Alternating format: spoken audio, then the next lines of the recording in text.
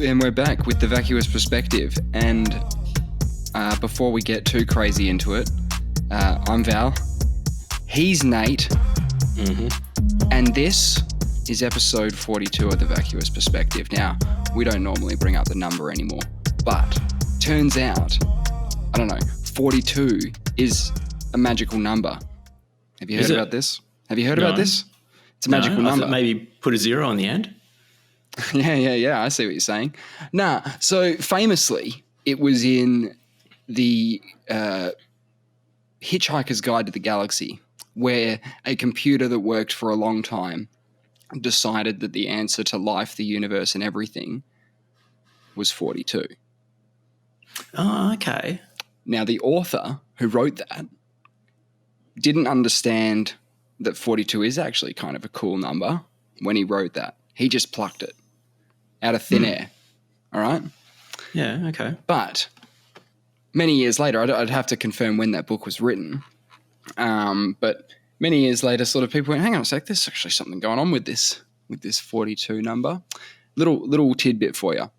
42 is the sum of the numbers on a pair of dice. That's just to get you started. Really? Wait, a pair of dice. Yeah, of course. Okay, so you got two dice. Yeah.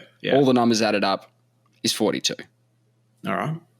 That's an easy one. So far, I'm not wowed, but I can tell that that's just the beginning. That's the tip of the iceberg, I assume. The thing is that you know how Wikipedia breaks things down? It's got a mathematics section. It's got a science section. It's got a technology section. It's got an astronomy section. It's got a religion section. And they're all fucking fascinating for the number 42. Really? All of them?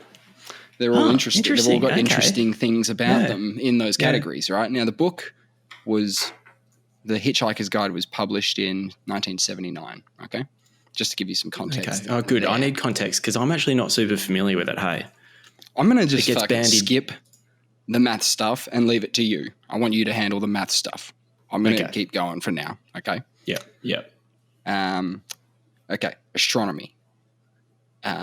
M42, which is Messier Object M42, is a diffused nebula in the constellation Orion, also known as the Orion Nebula. Okay. A diffused nebula. Do you know what that is? I assume. Well, it's the constellation Orion. And I just learnt this a second ago. And that's the if we're looking at the constellation Orion, we're looking at the center of our galaxy. You know, that direction.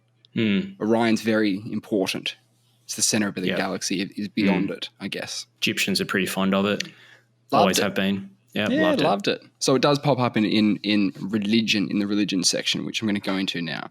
Ancient Egyptian religion specifically here. 42 body parts of Osiris. In some traditions of the Osiris myth, Seth slays Osiris and distributes his 42 body parts all over Egypt. Yes. In other, the number is 14 and 16. So he's got different number of body parts depending on the tradition that you follow. And what were the other numbers, sorry? 14 and 16. I just 14 and 16. And 42. Okay. So there's different stories and that number's different depending on whose sort of story you're listening to about. That's right. Okay. The 42 negative confessions. In ancient Egyptian religion, the 42 negative confessions were a list of questions asked of a deceased person making their journey through the underworld after death. So it's the questions you get asked. On top of having your heart weighed against a feather and all your bits having to be out, now you've got these 42 negative confessions that you also have to go for. It's a real interrogation, isn't it? It's a lot of questions. And I assume if you don't get the questions right, it's GG. Like you have to have the right answers. It's interesting because the Egyptians we should know the answers. They're going to be about you. Oh, they're all personal. How do you know? They could be because it's got to be based around the worthiness of your life. I think is the idea here. It's a judgment. What happens if there's some geography questions in there? Maybe they chuck in a couple of geography questions just to throw people general off. knowledge. Yeah, you get up there, you think you're prepared, mind, body, and soul, when really you should have been studying geo and maybe a couple of other subjects that they'll throw in on a trivia night. Some potluck. I don't know Kanye West's children's name, which always seems to come up There in you trivia go. questions, so There you I'll go. be stuffed. So would they. They don't even know who he is. 42 what did you say? Negative questions. Negative confessions. What's a negative confession? Doesn't matter. Okay, so it's an abstract concept representing moral law, order, and truth in both physical and moral spheres, as well as being an important. This is the goddess Mart, and they ask you the questions. So I'm guessing they're the judgee. They're the judge. You know what you need to do is think of a couple of good questions to ask them. Oh yeah, turn it around on them. Yeah, flip that. Well, that's what happens in Larry David. the Holy Grail. Flip it. Yeah, flip it. Yes. He flipped it, so he knows. In the Holy Grail, yeah. Because he gets asked, there's a bridge that kills you if you get the wrong question. You heard about this one? First guy goes up, says, if you answer me these questions 3, you can go to the other side, more or less. Right. And he says, what is your name? And the guy says his name, which is Sir Arthur of Camelot. And he says, what is your quest? And he says, to seek the Holy Grail. And he says, what is your favourite colour? And he says, blue. And he gets to go through. Right, off you go, right? And so the brash one goes up and says, I can do that.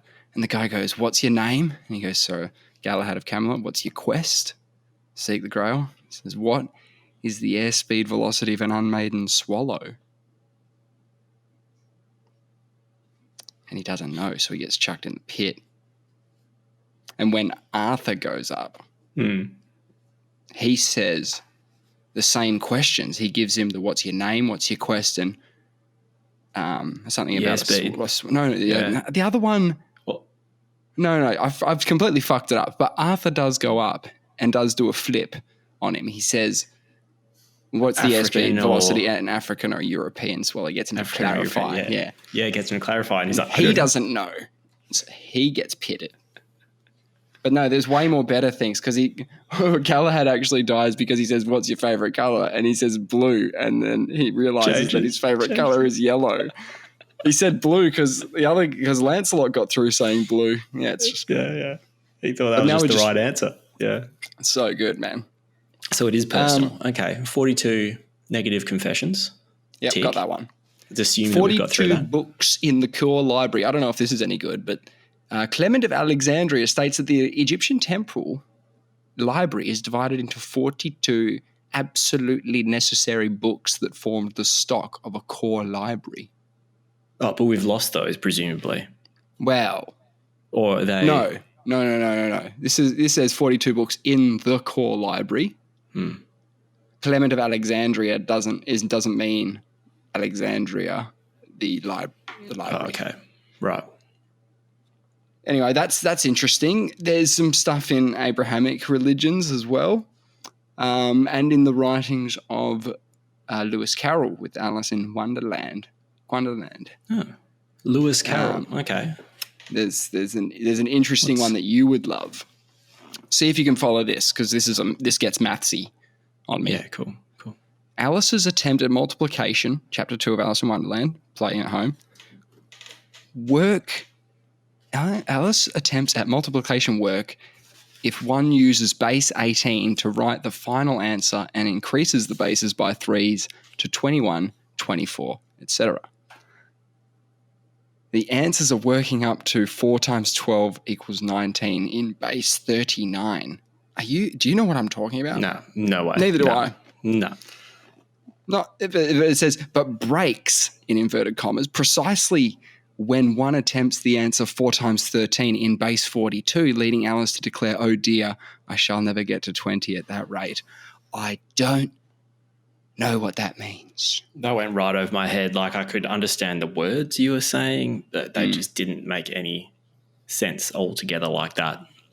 I still don't get it. And then there's the maths bit. Do you want the maths bit? Yeah, definitely. You need to do this because I need to observe the maths bit. No, if that was the Alice in Wonderland question and that was very mathsy, and now we're getting to the actual maths, I can put it in. I'll just give you this link here because that'll help you. Chuck it in.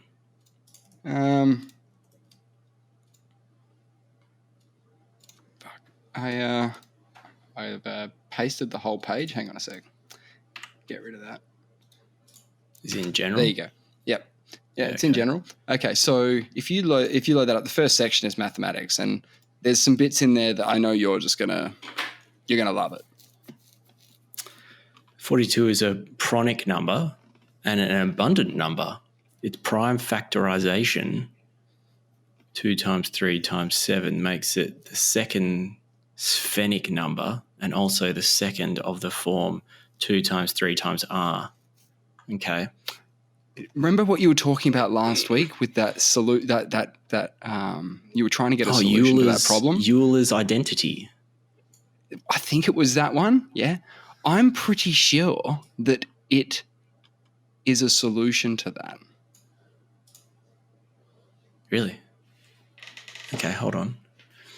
Isomorphic. It is the number of isomorphism classes of all simple and orientated direct graphs on 4 vertices. Okay, please. That's what, too you know easy. You know what's going on? No. In other words, I've got no idea. In other words, so they clarify though. In other words, it is the number of all possible outcomes up to isomorphism of a tournament consisting of 4 teams where the game between any pair of teams results in 3 possible outcomes. The first team wins, the second team wins, or there is a draw. The group stage of the FIFA World Cup is a good example. What the fuck?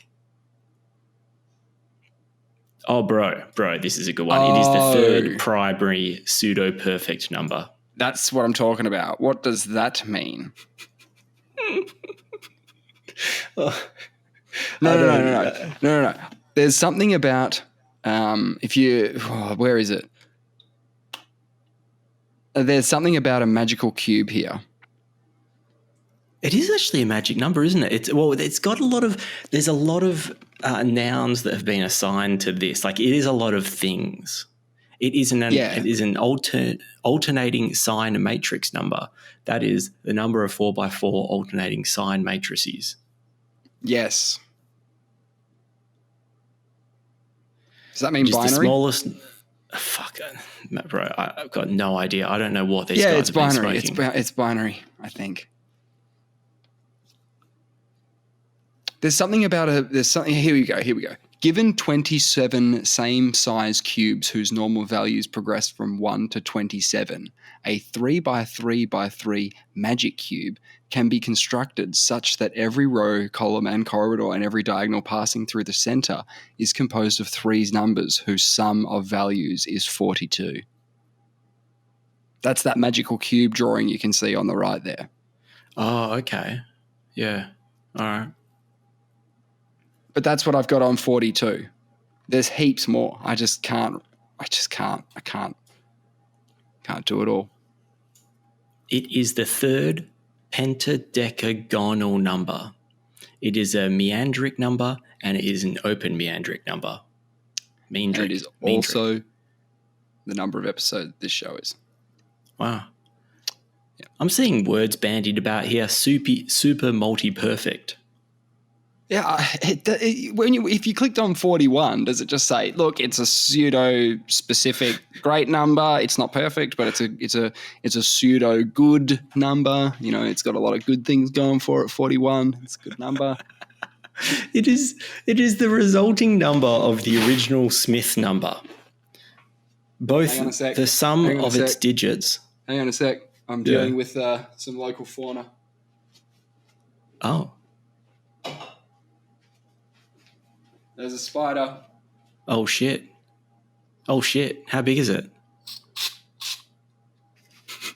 There's a spider. There was a spider. There probably still is a spider.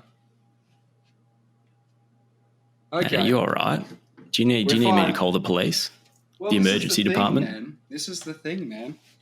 You know, Australia's got a pretty good reputation for people not dying of snake and spider bites, right? Because not only is everything not really that deadly, it'll just hurt a lot.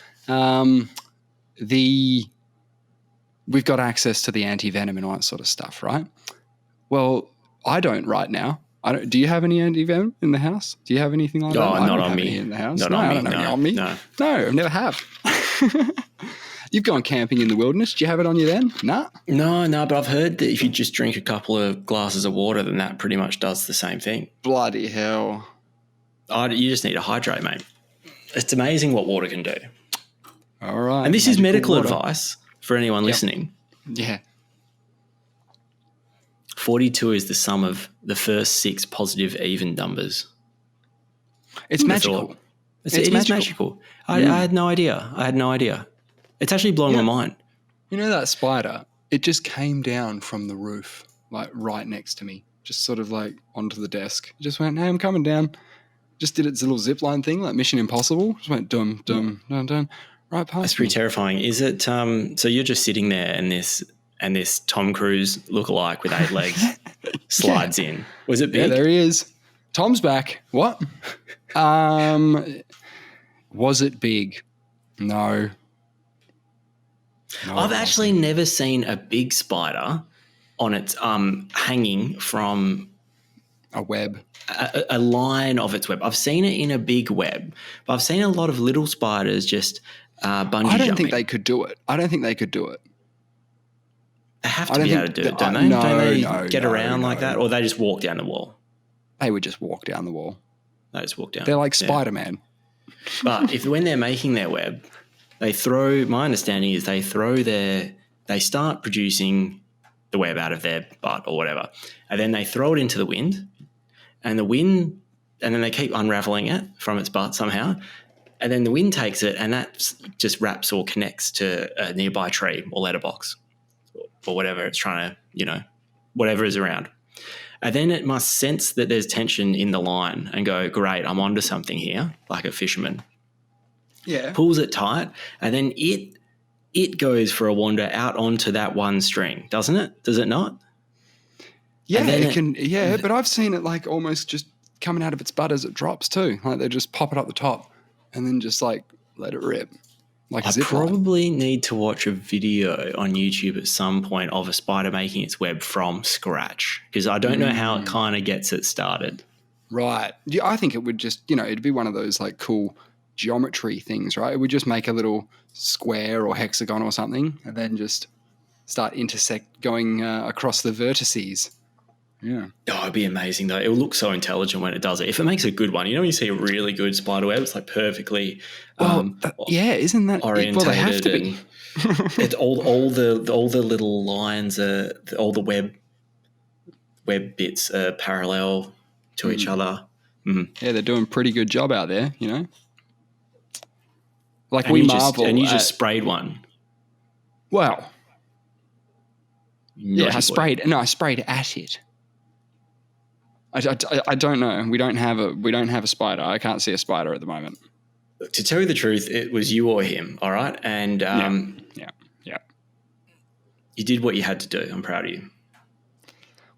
Hey, have you heard? Because you're someone who's a big fan of. Oh, am I? Here we go. Oh, well, correct me if I'm wrong. When the idea of maybe people trying to hide important news and putting it on a Friday so it kind of gets lost in the weekend news cycle. Friday and dump. No one really cares about it. Yeah, the Friday dump, you call it, yes. Well, it's from the West Wing. Yes. Oh, okay. There's a whole episode of the West Wing dedicated to it because they're like freaking out that something about the budget's going to get released on the Friday or something. So a whole bunch of stuff happens. Did you just take eyes off? Did you hear? They call it taking out the trash. Taking out the trash. Did you hear about Credit Suisse Bank?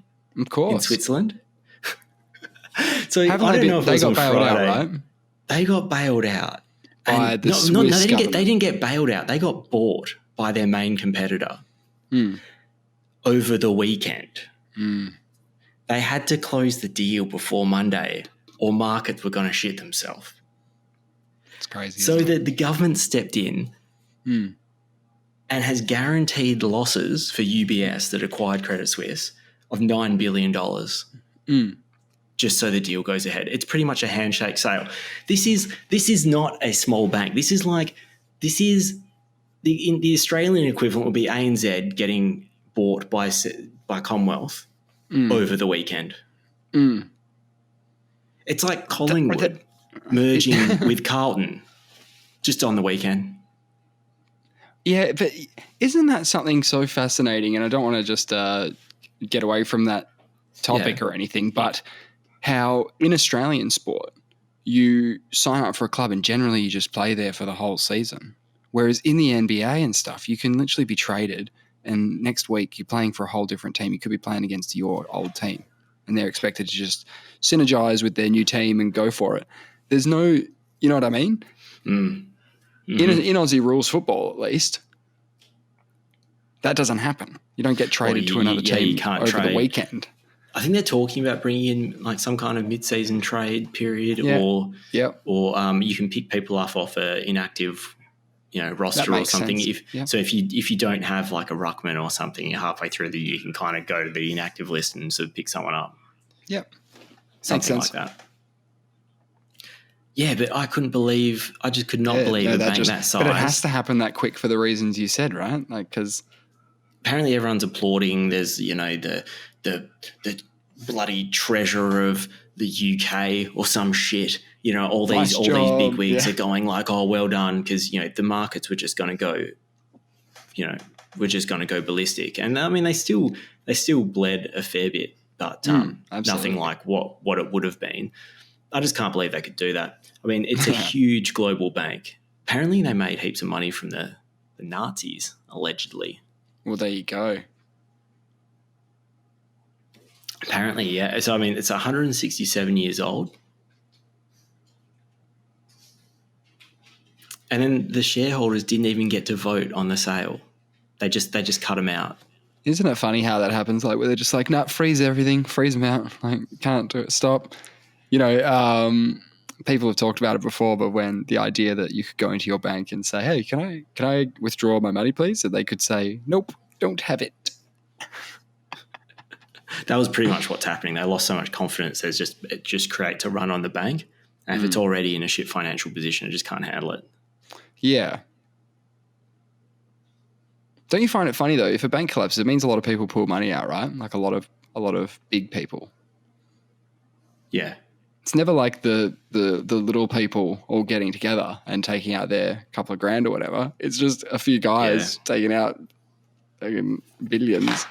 It might be. And they know when it's happening because that's their job, I just got to fact check this, but I heard Silicon Valley Bank, that other one that collapsed in the US about 2 weeks ago, that paid out $42 billion in one day because there was a run on it. There you go. Just want to check if that's right. Happens quick. I think word gets around that. It's just the people in the know that know, right? It's just probably. I can't find out the figure. Someone told me it was 42 bill, but 42. You just said 42, but you said a different number before. I thought it was. That seems like too much money. It could be 42. Yeah, Silicon Valley Bank, the 16th largest bank in the US, failed on Friday and was taken over by the blah. After a run on the bank on Wednesday and customers withdrew $42 billion. 42? Yeah, there you go. 42? Holy shit. But what I find interesting is apparently I haven't heard of any heads that are going to roll at Credit Suisse, like mismanagement of all these funds, right? So the government's stepping in and guaranteeing $8 billion of losses. So that's the taxpayers are guaranteeing these losses for an enterprise that had so much money that they got themselves into so much shit. It was so mismanaged, but no one's going to go to jail. Oh, that one, yeah. Wow. Who knows? That one. Well, maybe. I mean, someone's responsible for this, aren't they?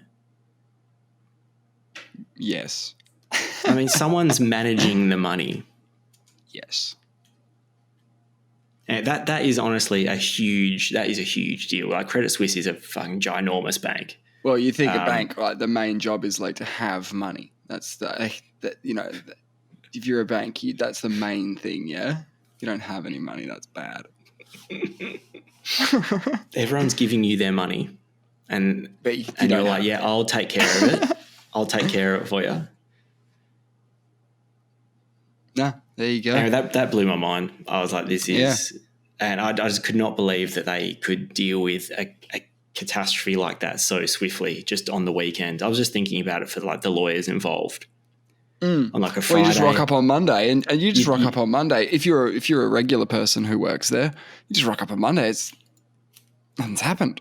Yeah, if you just have a big weekend, if you go and have you have a long lunch on Friday and you decide not to go back to work, you're having some beers, you're chatting. You've got annual leave for a couple of days, maybe. You got some annual leave, like for Monday and Tuesday, maybe next week. You're in Thailand. You're in holiday mode. Yeah. Phone's off. You're on your honeymoon. Yeah, there you go. You come back and they don't know what they're doing with the jobs at Credit Suisse, but I mean, a lot of them will carry across, but a lot of them won't.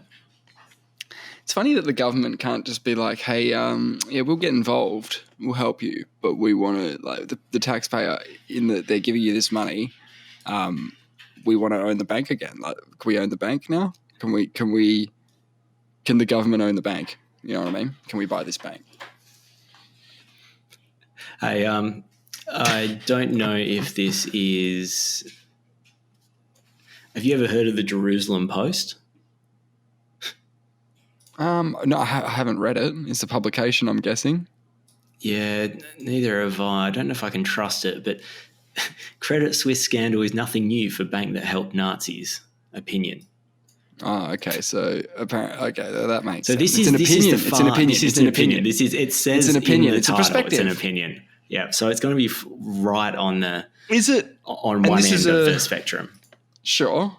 The Swiss bank helped the Nazis who stole wealth and property from Jews during the Holocaust and helped Nazis escape to Argentina after the war. It's a strong opening. Yeah, there you go. Why can't I delete this ad? That's always a bad sign when ads are fucking popping up. Investigation, blah, blah, blah. I have heard of Credit Suisse having some scandals associated with it. Because apparently what happened is the German currency became quite worthless during World War II because none of the other nations in Europe would accept it. So to continue funding their war efforts, they needed to basically launder money through Switzerland, who was neutral. Yep.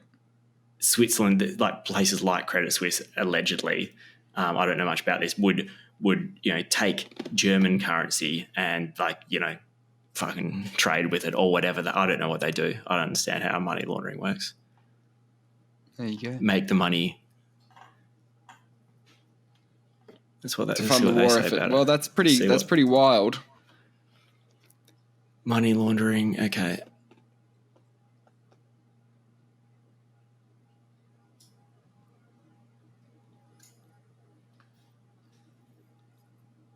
They were Adolf Hitler's bankers, money launderers, and most valuable allies. This is from the article. From the Jerusalem Post. Hitler waged a war of plunder, looting the central banks of Europe and the treasures and wealth of the conquered lands, including the lives and property of 6 million Jews. Yeah. The Reichsmark was worthless thanks to Allied sanctions, so the Germans had to find another way to pay for the supplies and raw materials they lacked. That's where the Swiss bankers came to the rescue. Germany needed hard currency, especially Swiss francs, to pay so-called neutral nations for the essentials it needed to wage war. After the war, the top Reich... So selling stuff and buying stuff is still a way to remain neutral. There you go. Well, when you're making good profits, right? When you're neutral and you're bringing in and you're making bank, you've done it, right?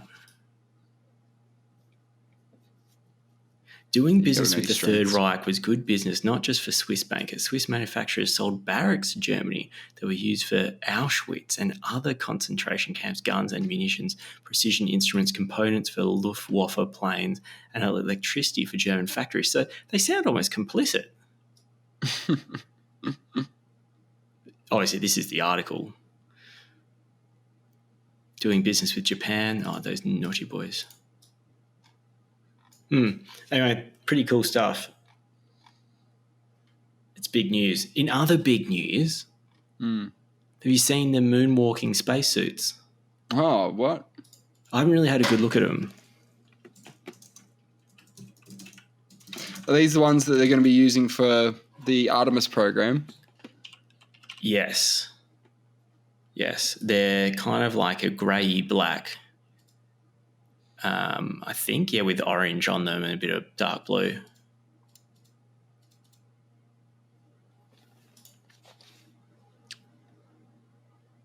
Okay. Yeah, Artemis 3 moon surface mission.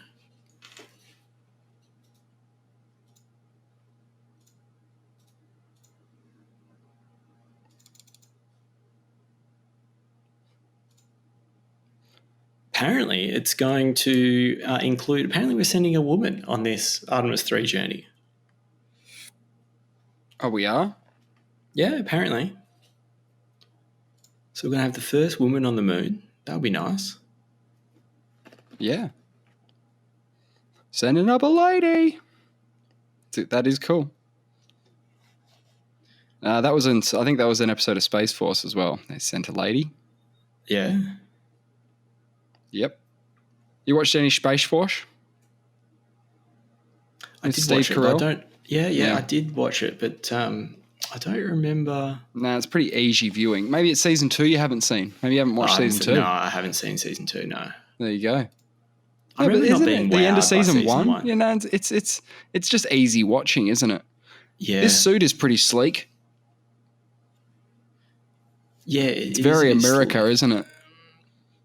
Well, it's not going to be like that ESA one that they're trying to give you. That they've gone to the public for designs, and they want to make it very European. Yep. Excellent. But yeah, I mean, it's just a thing. Apparently, the one that they will still going walk on the moon, still go on the moon. Yeah. The black will be replaced with white for thermal property purposes. There's no individuality on the moon? Apparently not. No, can't decorate your helmet. I joke about that all the time because I've been playing the F1 game because I'm into F1 a little bit, but I like racing games. So I was racing with my racing wheel, you know, and I'm racing in the F1, and my brother's watching me play, and he's saying, I can't believe you're using automatic transmission, man. Like it's an F1 game. Like, what are you doing? You're not doing this properly, you know? Yeah, but they don't have a stick. Or do you have buttons on your wheel that can change? Oh, yeah. I've got clickies on the back of the wheel that I could change gears with if I wanted to, but I'm looking for more of a go-kart experience where I get to feel the exhilaration of F1 without the frantic gear shifting required. I'm not there yet. I'm just getting laps in. Anyway, so I'm joking around with my brother. I'm saying like, yeah, because you know they'll probably see my times and want to pick me up on a team somewhere, and I'll get there first day and be like, cool guys. So the first thing I want, right, is I want automatic transmission in the car, and they go, we don't do automatic transmission. You have to use the gear thing. I can't use the gear thing. Anyway, just figure it out. I'll be in the simulator, right? Yeah. And then they'll go, yeah, okay, so you've got your automatic transmission. I was like, cool. Next one, racing line. What? I want like a racing line so that when I need to brake and stuff, it has little red arrows on the road that let me know when to brake. I reckon I'll be able to augment that into some helmet. Google Glass, yeah. Get it into my helmet. Is that what you have when you're playing the game? Yeah, only for the corners. Yeah. So I don't know what's going on the straights, but you can generally sense where you're meant to be on the racetrack. And then for the corners, it sort of tells you, hey, you're going in really fast, so you need to slow down. And then you can get like optimal lines and stuff. I still cut corners all the time and smash into people and whatever. But so the damage is real in that game?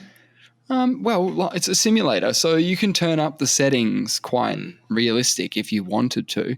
But I don't know how much of that realism I want. You know, if I'm in my career championship, yeah, and they go, sorry, we've just had an engine failure. Your whole engine's just blown up. We don't know what's going on. Like, because that shit happens. I don't want it to happen like that. Like, damage from hitting Hitting other stuff? vehicles. Absolutely. Yeah. Yeah. You race a lot of races without a front wing because you've just smashed it off in the first turn. You just bashed into somebody at the back of them, the front wing's gone. And because I'm doing really short races, I don't even pit. I just race without a front wing. Don't need it. Don't need it. That's the third thing I want. Take the front wing off. Don't need it. Get rid of it. How's your career going? I've watched a little bit, yeah. Yeah, so first year I raced for, I think I raced for Haas because it tells you if you want to pick a team. So if you want to pick Mercedes or Red Bull or Ferrari, this is F1 2022 if you're playing at home. It tells you that, hey, they're going to expect results straight away. If you pick Ferrari, they're going to want you to go out there and just perform straight away. So if you're not ready for that, don't pick that team. Pick a shit team. Money. Yeah. Right? Not a shit team, but a mid-tier team. So essentially I went with that. I went for a mid-tier team and I was like, look, I'm not putting any pressure on myself this first season. I'm just going to go out there and have fun. Right? So I raced the season. I didn't do fantastic. But I didn't even know how the game worked, how to do research and development on the car, how to apply new things. I was just racing. I was just getting out there. You have to do research and development on the car? The game's pretty deep. You can skip all that if you want, but there's practice. So even just to do a race, you got to go to P1, practice 1, then you got to go to practice 2, then you got to go to practice 3, then you do one shot qualifying, which thankfully is just one lap, and then you have the race. So just to get to the race, you got to do practice 3 times, which I just simulate. I do my quali, and then I race. Where do you normally start in the grid? In the grid? In that first season, it would be around 10, 12. Oh, that's fun. And then I'll probably lose a place here and there in the race or get smashed out or whatever. But at the... I started doing pretty well towards the end of the season, and I was ready. I was ready to make a run. How many laps? But I changed. It's only 5 in if you pick the really short one. Yeah, so it takes you 5, 10 minutes or something. 8 minutes. Yeah. So actually, just towards the end of the first season, and my contract was up, and they were like, "Do you want to sign with this team, or do you want to sign with another team?" I was like, "I'm getting out of here." Right. So a bit of a grid shake-up because when one driver leaves, there's a big shift. Because people fill the seats and sort of move up and down and whatever, all other drivers.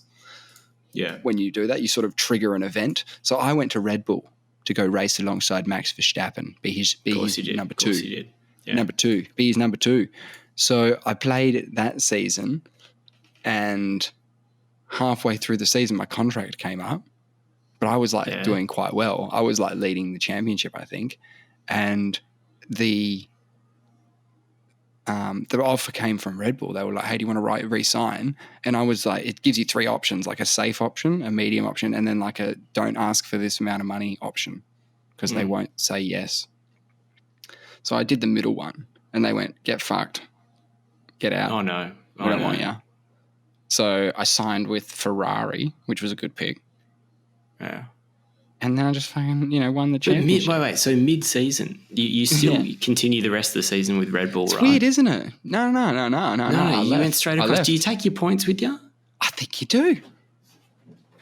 Yeah, okay. Because I remember at least that's how it sort of worked in the game, I think, like that. Yeah. Jesus. Or maybe I did a whole season at Ferrari and won. Anyway, doesn't matter. It got better, but now I just figured when you beat a game like that, when you become the champion in that kind of game, you've just got the difficulty wrong. It's too easy. Your difficulty is way too easy if you're winning every race and all that sort of stuff. So yeah, look, you're not a world champion. You need to ratchet that up. Yeah. Anyway, moving on. What I don't know much about F1, but no. And I don't know if this is covered. I only watched season 1 of Drive to Survive. And a couple of other ones. I watched that Grosjean ep where he fucking is in a fireball for 3 minutes. Scary stuff. Cool. Scary stuff. Amazing episode though. Someone was telling me about this. I don't know if it's a conspiracy, scandal. I don't know if there's any truth to it. And so I don't know if it's covered in Drive to Survive, but I heard it was swept under the rug. Ferrari had allegedly tampered with their fuel injector. You know how everything's highly regulated? Oh, and of you can course, only they have inject to a like certain. tick off every part, and like everything has to be up to. Yeah. They don't really have. They've got very strict design guidelines or codes. Yeah. Well, there's a thing that measures the amount of fuel that's getting injected into the engine, and you can only inject like X amount per second. But the fuel injector, the way it doesn't constantly measure it. It measures it like every, say, 10th of a second or something. So they figured out what the like the beat of the measurer is, and they will inject more in between the measurements that are being taken. So they're injecting more fuel than they're allowed to. Yeah, So was this a while ago? When was this? 3 years? Okay, so was it? It wasn't covered in Drive to Survive. No. It's only that's why I say it's a bit of a conspiracy. I don't know if it's actually happened or not. It's just someone was telling me who really likes F1. But he was saying that Ferrari had a really poor year the year after, and apparently that what they did is instead of making it public, they penalised them by they could only run they agreed to like basically have a shit year and run at like suboptimal, like 90% of like power or something, some bullshit like that. So they settled it. They basically made them suffer for a year or two with like a penalty because they didn't want to expose them for cheating. Because once the public thinks that these teams are cheating, it undermines the integrity of the sport. A bit like what happened in cycling. So have you ever heard anything about this Ferrari fuel scandal? Well, no, I haven't heard about it, but I don't follow it like super closely either. Like, okay, so here's this thing. So this is in 2020, so about 3 years ago. Fuel flow gate. Did Ferrari attempt to trick the system? And if so, how could it be done? So yeah, it's there's at least people talking about it. But there's an if so there. There's a sort of if so, not. but no, that's what So I mean we about don't being know, a is what scandal you're saying. conspiracy. No, Right. no. We still don't know. Or do we? Or and then there's another one, Planet F1. there's so Ferrari much on the punished. internet. Yeah. Yeah, I saw that one. Ferrari punished with less fuel in cheating scandal. Yeah, to use less fuel as part of their punishment for the 2019 cheating scandal. But what is Planet F1? Who do they work for?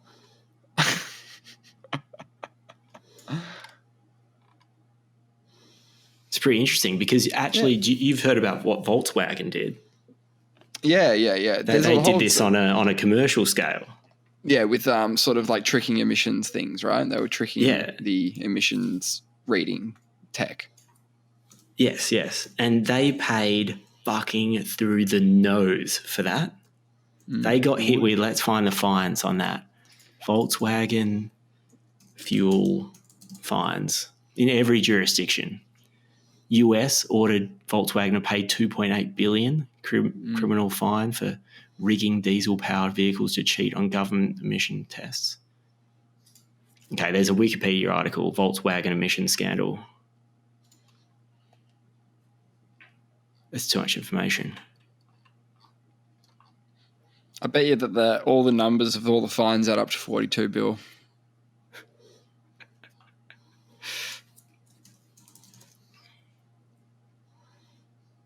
Let's see. Oh, but they're all in different currencies.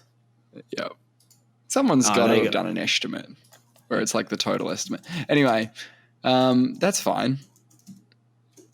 I'm doing that now.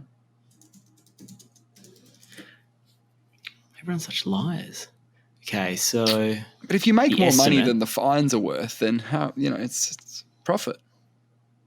I don't think they did. I think they had to send a message. Scandal cost Volkswagen $33.3 billion. Pretty close. Penalties. Getting there. Pretty close to 42. There's probably another 12 somewhere or whatever. 11, Largest fine ever for automakers. Ouch. We'll have to send them some dollary dues.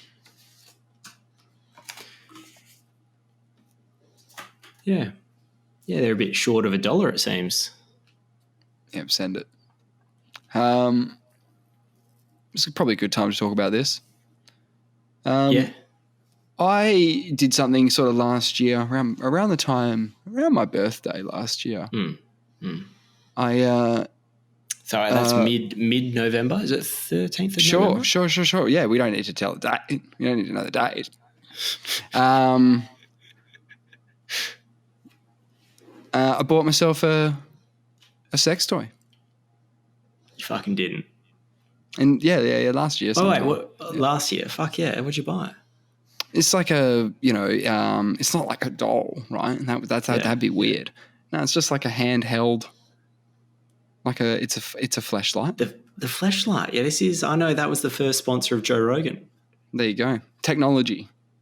Mm-hmm. How's it go? Well, I'd always thought for a long time, because I said before, I did say it was my first one. It's the first one I bought. Yeah. Apart from it doesn't matter. Apart from that, I thought, why have I not tried anything to enhance this experience? Right? Why have I not done that? What am I doing? 100%, what am I doing 100%. if I can't go about enhancing this experience? I should have it. I should be doing that, right? So I bought one. Right? What do they cost, like broadly? Get your wallet out. I don't know. Yeah, $100. I don't know. Yeah. I've got no idea. And you just have use it, give it a clean, take care of it. Oh, you want to give that a clean? Yeah, you got to take care of it. You got to clean it. You got to clean it. Take care of it. Right. It's not going to wash itself. So I do. Right. And I've got a bit of a system. Right. And I have to have a system, otherwise it won't work. Jeez, right? So you have to. Yeah. You got to have a system. So, I did my cleanup, and that was all cool, all happy, and just forgot about it. Right. Just forgot about it. Yeah. Just forgot about it. Mum calls me on Sunday. She says, "Can I come and stay over on Monday night?" I said, "Yeah, that's fine. Just come over on Monday night. It's fine." Yeah. And I've got like 2 bathrooms. So Mum goes into the second bathroom because she would never use the other one because it's like an ensuite.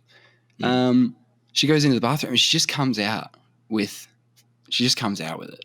She's got it in her hands, and it's like she's got the inner part of it.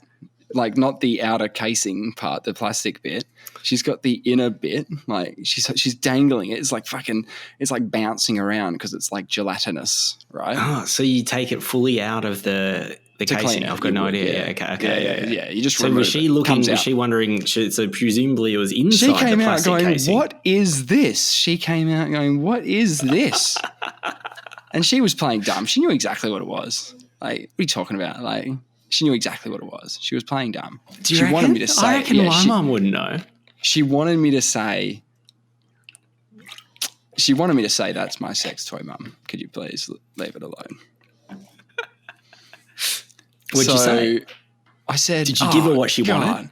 I said, "What are you doing?" And she laughed. And I sort of had to. I was getting up because I'm like, "Give me that back." And she goes, well, it was just in here. And I said, yeah. And I come in to the bathroom and I go and reach for the plastic thing. And she's following me like a hawk. She's like, "What are you doing? Where are you going? Like, what's going on?" Right?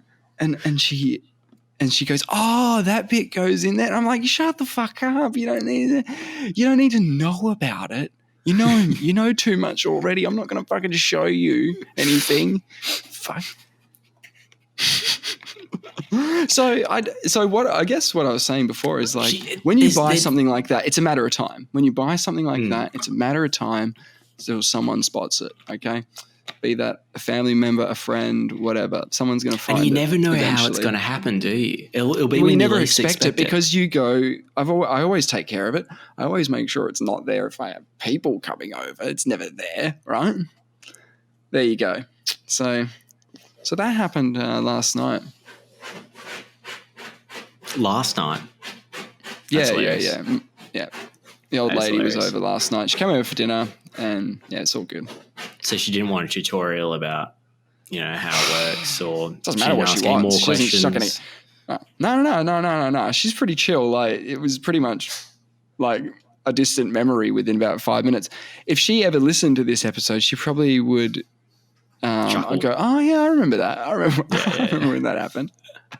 Do you reckon she went home and told your dad? Like, was just like, "Hey, guess what? Okay, yeah. I wonder I wonder how gossipy mum gets to dad about things that she sees or goes about. There's a part of me that says yes, it would have been the first thing that she told him when she walked in the door. Like, there's part of me that thinks that, whereas, she comes in and she goes, "Oh, you're never going to believe this. You're going to love this," or if she just hasn't told him. Either I reckon she may would have make sense. exercised some discretion. Yeah, either scenario doesn't matter. I don't. The discretion. I don't know who she's discretioning. Is it for me or her that she's discretioning? So I think she's probably just told him.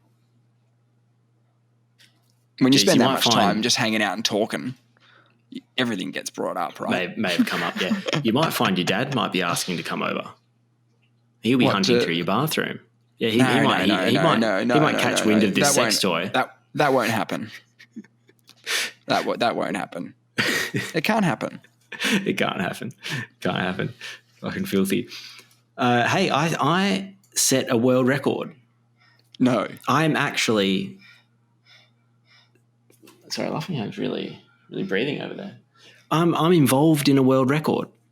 You're involved in a world record? I'm involved in a world record, yes. So Hurdy's front yard. Remember that event, that running event? Of course I remember it. I was waiting for when we were going to get the update on what happened at the Hurdy front yard event in the episode.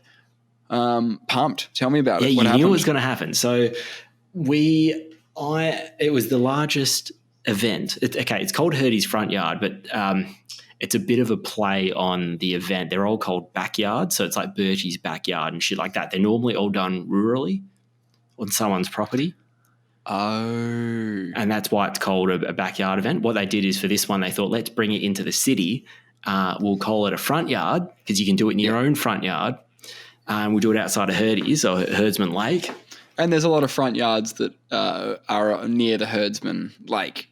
That's right. So you're kind of extending their yards out a bit and making it a big event. And it went really well. It was huge. What was it? What happened? Yeah, well, there's 500 of these at backyard events around the world. So they're not uncommon. And the most number of competitors ever has been 250. We had 320. Right. So you've beaten the record by a fair bit. A fair bit. Yeah. And they said before we started, they're like, congratulations, we've set a world record for the biggest backyard event. Oh no. Oh no. What's wrong? Sounds like a scandal evolving. I think the backyard purists are going to get upset that there was a city-held event. Obviously, it was going to get more people than a rural event. Mm-hmm. Is that fair to call it a backyard event if it's in the city? Ooh. I think a backyard event is the problem. It's not necessarily in a backyard. Clearly defined? Or is it clearly defined what a backyard event is? Yes. Like loosely speaking, I'm not an expert on this. It's any course that's around 6.5 kilometres is apparently most backyard events are around 6.5 kilometres. Yes. This one had to be slightly longer because you couldn't do the lap of the lake in 6.5. So it's actually 6. Yeah, it's a little bit harder. It's the same period of time. On the hour, you have to do 6.8 Ks every hour. So this is a slightly more difficult backyard. So get that up, way. All you front yard haters. Yeah, way. No, I'm just trying to provide a balanced opinion, a balanced sort of idea here. But lots of competitors. How did you go? How did the wife go? It was tough. I managed. I defeated her. I vanquished her. Only just. She did which 8 round?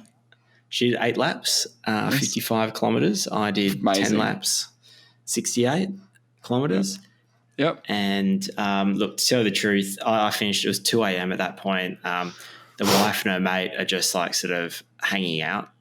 Yeah, starting to get a bit cold, and there was just no point. I wasn't going to make it to the morning. I maybe I had 2 left in me. I was done though. Like my legs, I was cooked. That's amazing. Good job. Like gun to my head, like I would have done, a couple more, but there was no gun. So Yep. Called it, pretty happy with it. The winner finished Yes. 1 a.m. on Monday morning.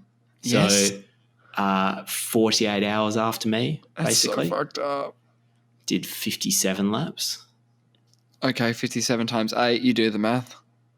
57 by 6.8. Yeah. I think it's close to 400 Ks. Close to 400 Ks. So it's like running here to Bunbury and back. Yeah. And a bit more. It's probably about right. And it's safe. Yeah. I think so. This is a sanctioned event. Medical people on standby. But it's a last man standing event. So did he vanquish his last opponent? He did, yep. And then do another lap? Or did he vanquish and then that's it? You have to do it. You have to do another lap. Well, if they don't finish the lap, you can just finish the lap and you vanquish them because you've beaten them by one. But if they finish the lap and then go, I'm not doing any more, you got to finish. Then you have to. Then you have to do the next one. Otherwise, there's no winner. Yeah. Well, wouldn't that be nice? Would it? Well, they could both hold hands and be the winners together. No. Neither of them win. They're both losers. Yeah. Sorry, everybody. There was no winner here today. Nothing to be celebrated. Everyone go home. It's 1 o'clock in the morning. Everyone's got work in 6 hours. So Perth to Bunbury and back is only 344 Ks. Right, so it's a bit more than that. Yeah, Keep going. Keep going, yeah. That's absurd. Wow. Yeah, across a 48-hour period. Pretty much running the whole time. Oh, they actually run. They were those guys. So on lap 9. So you've got all their times. No, not yet. They haven't released. They don't actually release the times. But I can tell you that the wife was observing what was happening once she had finished. Yes, because and waiting for me, and she noticed that I was doing my laps in around sort of between 45 and 50 minutes. Yep. And they were coming in. The leaders were coming in around 33 minutes for each lap. So they've got, and they're not even trying. They're not even pushing it. So this is early days. They're fresh. They're just cruising. That's amazing. So they get 27 minutes off each time. They're only running half the time. Yeah, and the rest of the time, what are they doing? Like you said, sleeping, you've run marathons eating, before. Relaxing. The resting would be weird, right? Did you get a rest in? How did that feel? Yeah, I got 10, 15 minutes. Is that good? It's helpful, but you still start to – it still wears you down. I mean, it definitely helps. Having a break is definitely helps, but your legs do start to feel a bit heavy. Cool. You did it, man. Yeah. At the time I said I wouldn't do another one, but would strongly consider. I'd like to get to 100 Ks. That was the aspirational goal if I'd done some training. Yeah, but you're crazy, man. You finish work on a Friday. You know, most people when they finish work on a Friday, they just go home, turn on the telly, maybe have some food, you know, chill out a bit. You went, nah, I'll run till the morning. I think I might have, as discussed, I may have made it to we said the median was 10 laps. I think the quality of runners was slightly better this year, though. So I reckon the median will be more like 11 or 12. Yeah, right. We'll see when the results get posted. Yeah, it should be any day now.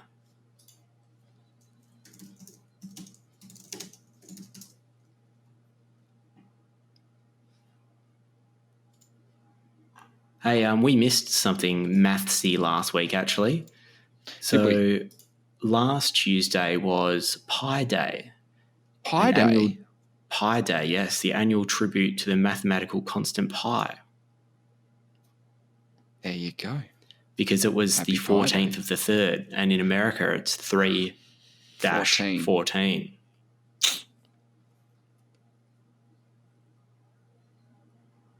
We were talking about pi as well. We were talking about that day. I have some comments, actually. Yeah? Yeah. Contributors on our TikTok account have wanted to clear some stuff up with us. Yeah, hit me. Hang on. Let What's me pull that up noise? this. There's some sort of bird, but it In wasn't. your house? No, it was on the telephone.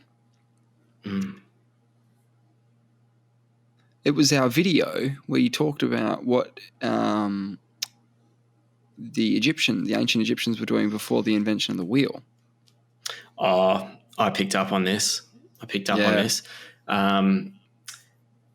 So there's a guy, V-Dub, he said they used a wheel-like object to literally measure it, and that's why all the sides are factor of pi. I said, tell me more. He said, I remember hearing somewhere, but the sides were factors of a pinard.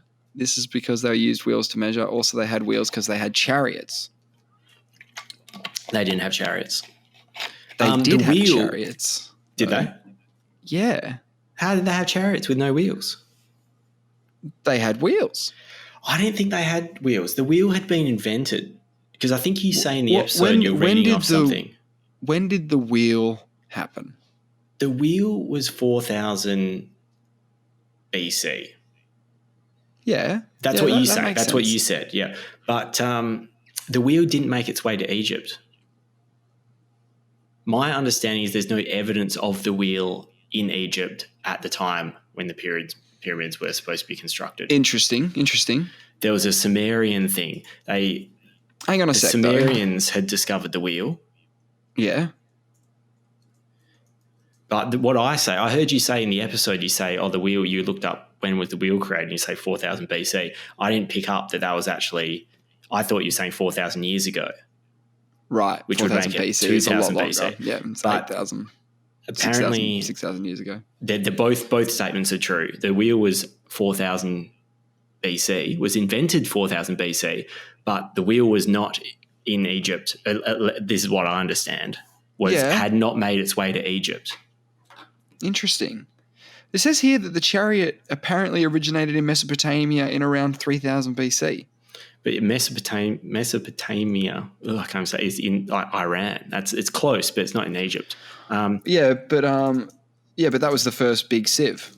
Monuments from Ur and Turtub depict battle parades that include heavy vehicles with solid wheels, their body framework with wood covered with skins. Interesting. So they're talking about iconography there.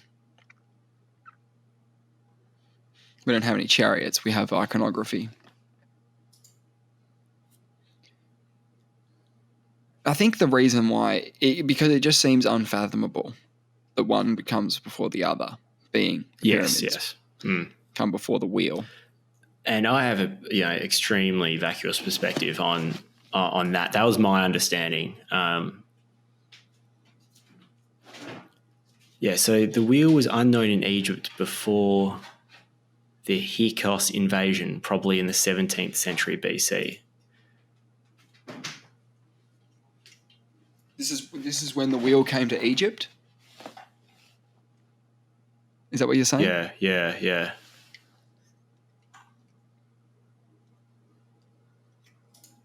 Here's a question that someone's answered.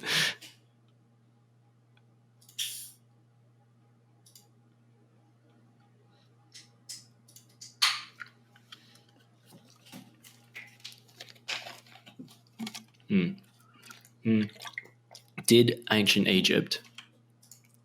Fuck off. What's this asking me? Did ancient Egypt not have the wheels during... Oh, this is very skewed. Let's see.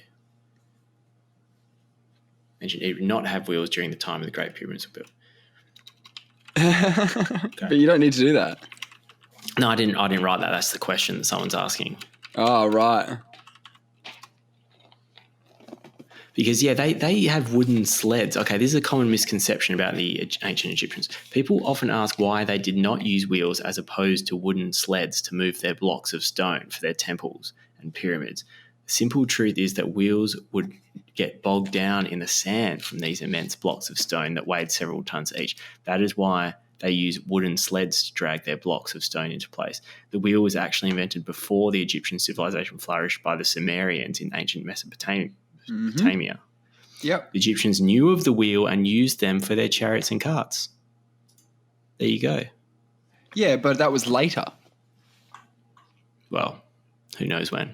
It says here. It says here that the wheel was invented in ancient Mesopotamia around 3,500 BCE, but it did not reach ancient Egypt until much later. The ancient Egyptians had advanced technology and engineering skills, but they did not use the wheel for transportation until the New Kingdom period, which began around 1550 BCE. Well, that aligns with that's what I thought. Some, like, as in not all the specifics, but it's more conceptually the idea that they could do all this complex maths. Yeah. Before this time, the ancient Egyptians used sledges and rollers to transport heavy objects over land. Now, a roller, you might say, sounds like a wheel to me. Well, it is. It's a bit wheelie, isn't it? But you need... It's a bit wheelie. Yeah, but if I lay down 5 logs and we push a thing along the thing and they just can take the rod from the back and put it at the front, we just keep rolling, there's no wheel going on. It's not the same, is it? No, but they're like really long wheels. It's not the same.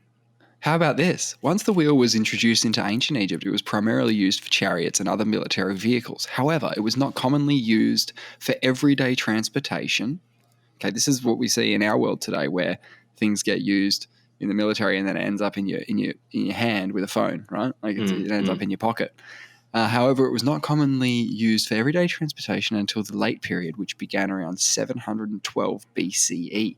At this time, the Egyptians began using carts and wagons pulled by oxen or donkeys for transportation of goods and people. So that is 700 years where you'd see these things rolling down. The only things that roll down the street are things that can kill you. 700 years of that. Oh, no. If you see wheels, run. They're very scary. Okay, I just want to check. So how many hours are in 20 years? So you got 20 years, 20 times 365 times 24. Are you trying to work out how long it would take to build the pyramids in hours? Well, Is that what you're trying to do? Is that what you're trying to do? No, that's not what I'm trying to do. That's how long they say it took, right? 20 years? Yeah. Yeah, so it's 20, yeah? Okay. Times 52. That's how many weeks it is. Oh, no, I've just got how many days. So it's 20 years times how many days times how many hours in a day. Right, so I've got 1,927,200. Are we going with that? We're locking that in? Yeah. And that's hours. And what are we talking about? Okay, so there's 2.3 million limestone and granite blocks estimated that comprise the Giza Pyramid. Mm-hmm. They're about 2.5 tons a block, average. So, blocks per hour is pretty close to being 1 per hour. It's 1.16 rounded blocks per hour that are put in place for 20 years, 24 hours a day. Don't take into account inclement weather. No weekends. Strikes. Nope. No weekends. You're working through the night. Yep. Through the day. There's shifts. Yep. Yeah, and so it's just this constant stream. No, it's the Hurdy front yard event, but they're building a pyramid. Every hour a block must be laid. You can take as long as you fucking want. But the early ones, the ones on the ground floor, they're easy. You can do them in like 2 minutes. The ones at the top take a while to get up there. You're just talking about the placing of the blocks. You've skipped the process of them actually quarrying the limestone, right? Which I don't think they did from... No, they did from area. No, they came from. They took it from another Aswan. quarry. Yeah, which is I think it's 500 miles away down the river. Yeah. Yeah, so 1 an hour. That's the math we're going with. 1 an hour. Yep, chucking down. More than 1 an hour. But those ones from Aswan are 80 ton. Those granite blocks. No, but the Egyptian pyramids made of limestone. Yeah, but the internal chambers are made of Yes. granite. And there's 80 ton blocks inside the king's chamber. Yeah, they're very, very, very big. Very, very big. And they're not, the king's chamber isn't at ground level. No. And what I also find funny is the Egyptians aren't known for transporting things. Okay, what evidence of boats do you have in ancient Egypt other than that you got one? plenty, right? You got that one in Tutankhamun's tomb. Yeah, but like, is that style of boat isn't going to transport shit. It's not going to transport a big block. And the biggest boat ever found, that inside, next to they just put them on rafts and floated them down. Yeah, but they've never produced one of these rafts. I suppose that would just degrade. Yeah, how could you? Like, well, think about it from this perspective. Okay, two things. They've found other boats. Yeah. But they were sort of, I guess, intentionally kept. Yep. But also, there's no depictions of them using boats. Is that true? To transport blocks. No. There's only like one or two. There's like very few hieroglyphs or recordings of them moving blocks. That they fucking didn't do it. That they didn't do it. Because they would record how they did it. They would be like, because they've been doing it for 20 years, day in, day out. They record what they do. They don't just they recorded everything else. They record all the, they record the level I agree of that the there's Nile. some weird stuff where like a lot of the dating of ancient buildings and stuff is based off the inscriptions, which can't be right, man, because I can just walk up to a building, right? I was here 2022 and now archaeologists in future go, the building was done in 2022 because old mate wrote on it. Mm. That's the problem we're dealing with in some of these places. And it's in some places it's very obvious that, hey, these guys came in later and did this. This inscription was done way later than the building. You know what I mean? So, and it makes sense. It's way easier to just, write down whatever you need for now. We do it today.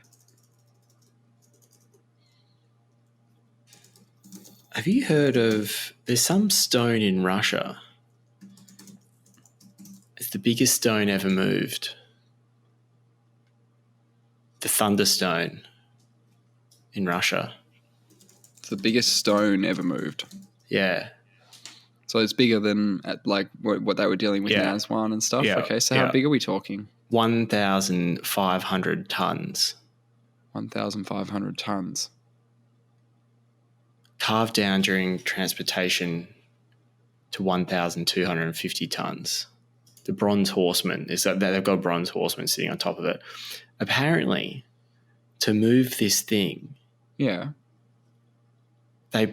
had. Oh, I'm just reading about it now. It was.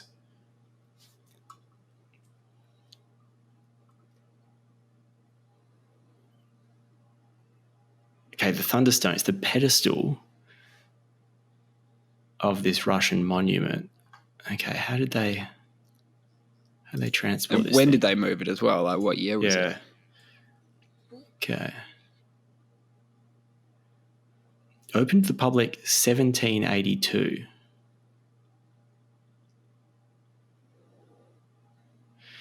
The statue's pedestal, the Thunderstone, is the largest stone ever moved by humans. I need some more information on this.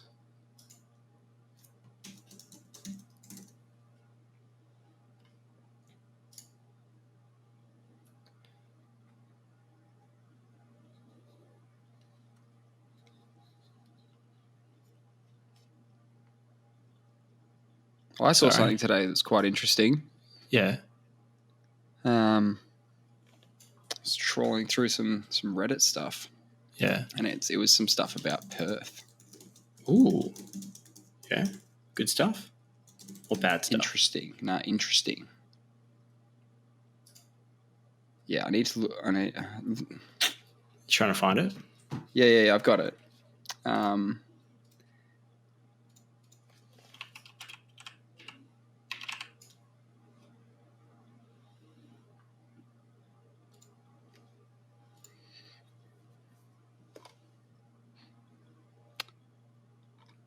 Yes. So, how's this? In Western Australia, basically the middle of Western Australia, picture Western Australia, right in the middle. Yeah. This place called Banjarwan Station, remote cattle station, Western Australia, previously operated as a sheep station. Okay. In the 1990s, it was owned by a Japanese doomsday cult, which I can't pronounce the name of, and following the Tokyo subway attack was the subject of an Australian federal police investigation. Now, so wait, someone that was involved in the Tokyo subway attack. no, so, following that, they were the subject of an investigation. Oh, okay. But no, this is interesting. This seismic event on the night of 28th of May 1993, a mysterious seismic disturbance was detected in Western Australia and found to have emanated from the south of the station. The event sent shockwaves through hundreds of miles of desert, but was only witnessed by a few long-distance truck drivers and gold prospectors.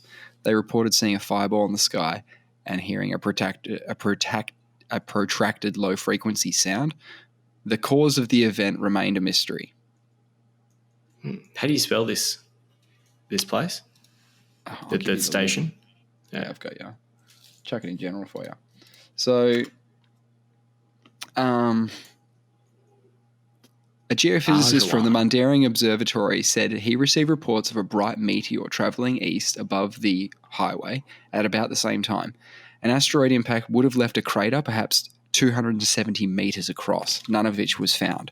Alternatively, an airburst caused by a stony asteroid up to tens of meters in diameter would not have reached the surface, but would have probably exploded in the atmosphere, which would have created a large shock, but not an impact crater. This option, the possibility of which was driven home by the widely observed February 2013 Russian meteor event, which led to measurements and observations that are entirely consistent with data and eyewitness reports. Far more so than a seismic disturbance, which would be difficult to reconcile with fireball sightings. So they're saying it's not an earthquake, it's a potential airburst asteroid breakup. Okay, a mining explosion was unlikely. And then he says here, following the revelation that Banjarwan was owned by that doomsday cult, there was also speculation in 1997 that the event might have been the result of a test explosion of a nuclear device they had built. The event was determined to have strength of a small nuclear explosion, perhaps up to 2,000 tons of high explosives. It was known that the Doomsday Cult were interested in developing nuclear as well as chemical weapons, as they had recruited 2 nuclear engineers from the former Soviet Union and had begun mining uranium at Banjarwan. Whoa, that is pretty wild. I think the airburst, spicy. That is so spicy. The fact that they've recruited some nuclear engineers. The airburst is like, if you following Occam's razor, is the most likely. Yes, because that's not uncommon, and the smaller ones nearly always end up in an airburst. They never make it to ground. And the fact that someone, I think you said, had seen a meteor, a truck driver. There were reports from truck drivers and gold prospectors that a fiery light in the sky and a low protracted hum, I think, a sound. And also, that's pretty crazy. That's pretty interesting. Well, it's just funny when it's just like, when you say, oh, this happened in our backyard kind of thing. We would have been children at the time, but our backyard's pretty damn big. Like, it's one of the biggest backyards in the world, I reckon. Won't one day someone, whether it's a failed state or a terrorist organization, won't someone detonate a nuke? You're talking like Jack Bauer 24. Yeah? I never watched 24.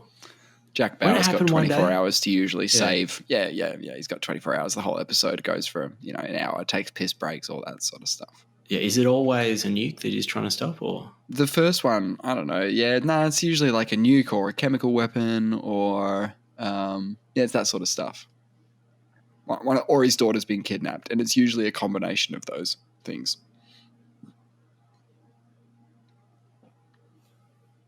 Oh, so Good there was show, some though. guy, Iris investigation. There's some geologist that started investigating the event. They went into it, in did they? 95. Yeah. Yeah, but okay. Oh, the US Senate investigation as well.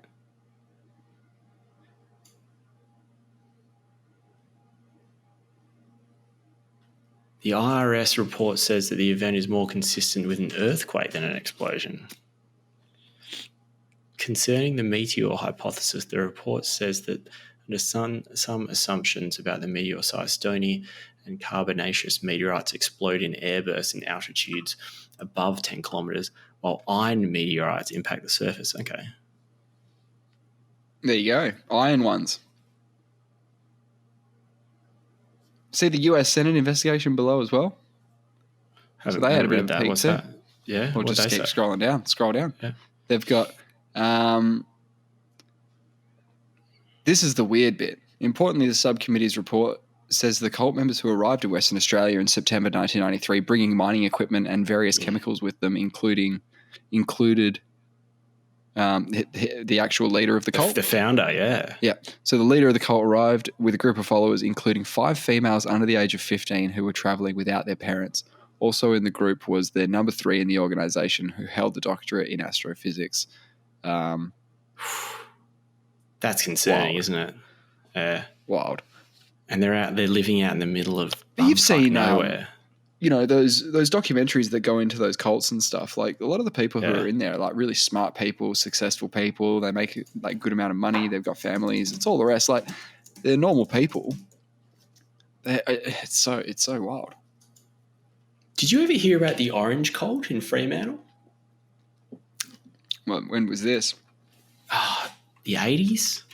Yeah, okay. What were they doing? There's some documentary I want to watch about it. It's this sex cult that went fucking bananas in Fremantle. Okay. But it was worldwide? I don't think so. I think I think he was like an Indian dude. Started bringing all his guru bullshit in, and everyone drank the Kool-Aid. A lot of people. He says you could compare it to the 60s and the flower power. Yeah. It was very open and very much about sex. There you go. Bagwan, what's his name? What's his whole name? Bagwan must be the main dude, I assume. Bagwan, in brackets, said, go into your sexuality and explore it and don't be trapped in relationships. You were orange and you wore a mala with his photo on it, but it drew a lot of criticism at the time. Someone's just going through It's good there. branding. That's really good branding. Like chuck your face on it. That's really good. I want to watch this documentary, but it's 4 hours. But just Yeah. the fact that it's about something that happened in Freo, that was actually a pretty big deal. Yeah, check it out. Get it back to me. 4 hours. I always have so much Bloody hell. homework. I write down homework from every episode, and I just don't get to it. I've got his I need to quit my job. I've got his 10 commandments here. Yeah, hit us. In his early days, a correspondent once asked for his 10 commandments. So this is his early days. I don't know if he would have changed it.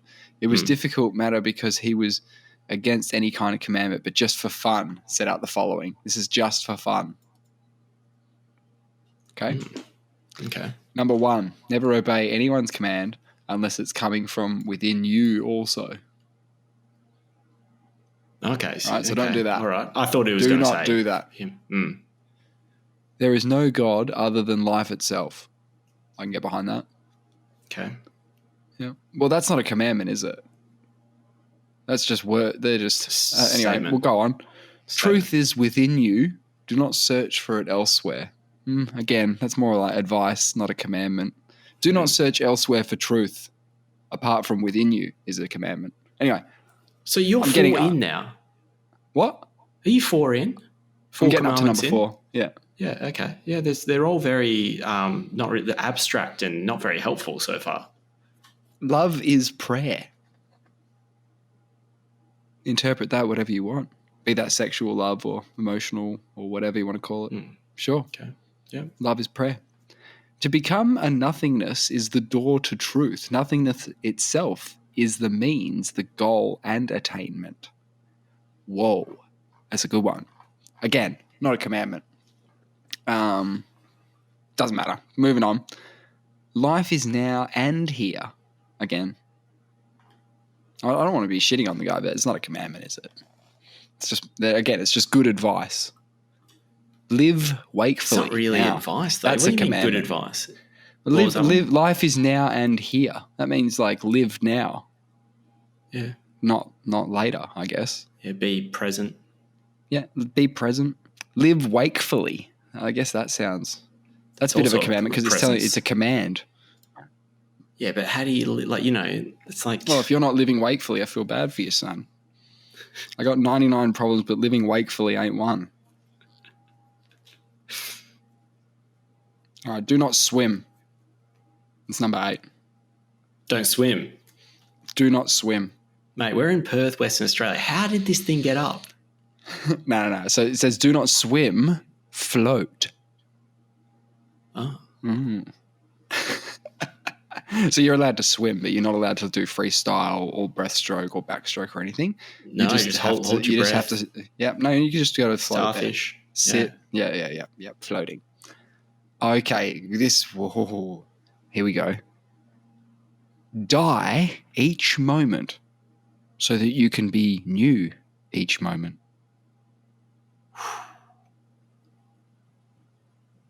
Wow. Okay, that's... Do not search. This is number 10. Do not search. No searching. Oh, there's more. Do not search that which is. Stop and see. He underlines numbers 3, 7, 9, and 10. The ideas expressed in these commandments have remained constant motifs in his movement. So 3, 7, 9, and 10 are important. 3 is truth is within you. Do not search for it elsewhere. 7 is live wakefully. 9 is die each moment so that you can be anew each moment. And number 10 is do not search that which is. Stop and see. There you go.